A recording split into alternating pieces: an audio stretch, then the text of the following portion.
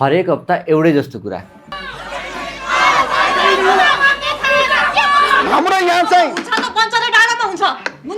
संसदमा कुनै न कुनै सांसदले झर्किएर बोल्छ, रिसाएर बोल्छ, टेबल ठट्याएर बोल्छ, कहिलेकाहीँ त कुर्सी उठाएर फ्याल्छ पनि। उसले आफ्नो आक्रोश प्रकट गर्छ र त्यो आक्रोश फेरि मिडियामा भाइरल हुन्छ र मिडियामा बहस चल्छ।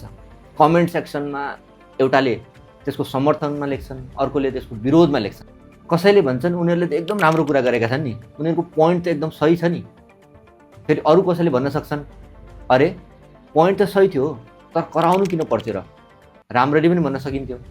अब यस्तो धेरै जस्तो सिचुएसनमा चाहिँ के हुन्छ भनेपछि मुद्दाहरू एकदम जायज हुन्छन्, उनीहरूले गरिरहेको कुरा एकदम सही हुन सक्छन्, तर उनीहरूको आवाज जहिले पनि चर्को हुन्छ, जोडले बोल्छन्। यो जोडले बोल्ने कुरा आशिका तामाङको या खगेन्द्र सुनारको या हर्क साम्बाङको मात्रै होइन।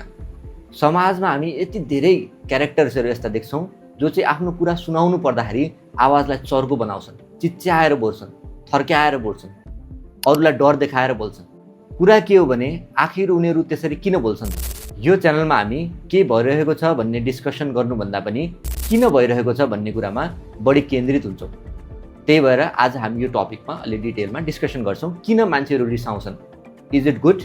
रिसाउनु सही हो? रिसायो भने आफ्नो पोइन्ट राख्न सकिन्छ या सकिँदैन भने why they are so angry? उनीहरूलाई किन लाग्छ कि रिसाइयो भने उनको कुरा सुनिन्छ, जोडले बोल्यो भने उनीहरूको कुरा सुनिन्छ भन्ने उनीहरूलाई किन लाग्छ?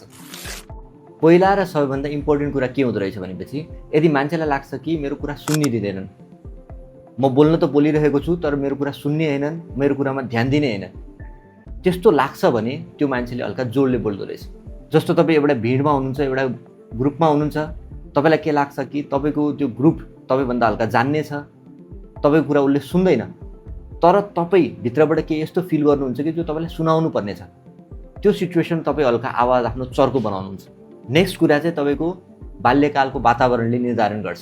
यदि तपाईँ यस्तो परिवारमा हुर्किनु भएको छ जहाँ चाहिँ तपाईँको कुरा यदि तपाईँ जोडले बोल्नुहुन्छ त्यतिखेर मात्रै सुनिन्छ, बिस्तारै बोल्दाखेरि सुनिँदैन भने तपाईँ पछि गएर नेचुरली नै ठुलो स्वरमा बोल्ने हुनुहुन्छ। तपाईँलाई के लाग्छ भनेपछि सानो स्वरमा बोल्दाखेरि त कसैले सुन्दैन, तपाईँको कुरा मान्दैन। अर्को कुरा भनेको चाहिँ मान्छेमा एउटा भ्रम हुन्छ कि मलाई त्यो मान्छेले मन पराउँदैन या मलाई त्यो ग्रुपले मन पराउँदैन।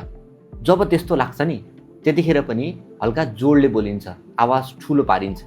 र यो लास्टवाला कुरा चाहिँ धेरै रिसर्चहरूले के पाएको छ भनेपछि तपाईँले जति सोच्नुहुन्छ मलाई त्यो ग्रुपले मन पराउँदैन भन्ने त्योभन्दा अलिक बढी मन पराउँछ तपाईँलाई त्यो ग्रुपले।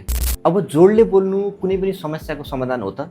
के तपाईँले जोडले बोल्दाखेरि नै अरू कसैले ध्यान दिन्छ त? म्याक्सिमम केसेसमा जोडले बोल्नुले फाइदा गर्नुभन्दा पनि हल्का बेफाइदा गर्छ।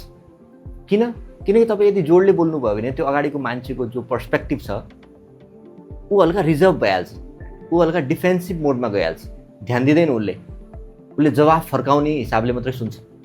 त्यही भएर कुनै पनि कन्भर्सेसन्समा कसैले पनि या तपाईँले होस् या हाम्रा सांसदहरूले होस् कुनै पनि कुरालाई कसैको अगाडि राख्नुपर्ने छ भने जोडले बोलेर भन्दा पनि हल्का कामनेसमा लजिकली बोल्यो भने फेरि त्यो कुरा सुनिन्छ, मान्छेले ध्यान दिन्छ।